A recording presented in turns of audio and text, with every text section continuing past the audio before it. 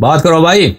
آپ کیا سوال پوچھنا ہے. ایک دوست نے یہ پوچھا تھا لیکن تھوڑا سا آپ کے ٹاپک سے ریلیونٹ نہیں ہے. یہ جو تیسرا خلیفہ تھا عثمان، اس بارے میں یہ کہا جاتا ہے کہ یہ جب یہ مجمع اکٹھا ہوا صحابہ کرام کا ان کے پیچھے، تو اس نے چھت پہ چڑھ کے کہا کہ جی میں بے قصور ہوں، اور پھر کہتے ہیں کہ کسی نے اس کو دھکا دیا اور نیچے گر کے مر گیا، یا پھر یہ خود ہی مطلب چھلانگ لگا کے مر گیا. کیا کچھ سچائی ہے سر؟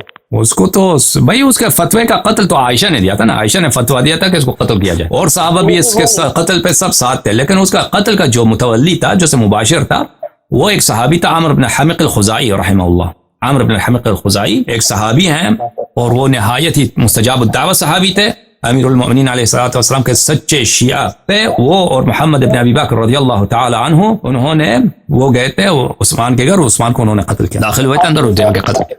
اب دھکے وغیرہ کا ہو سکتا ہے کوئی روایت ہو قتل کرنے سے پہلے دھکا دیا مارا ہو، تو اس کا مجھے نہیں معلوم. بہرحال عمر اس کا جو قاتل ہے وہ خود صحابی ہے، عمرو بن حمق. اس میں ویسے دو روایتیں، پھر یہ موضوع روایتیں ہو سکتی ہیں، یہ ویسے سے بنائی ہوئی ہیں کہ ایک تو یہ کہ خودکشی کی اس نے چھت سے گر کے.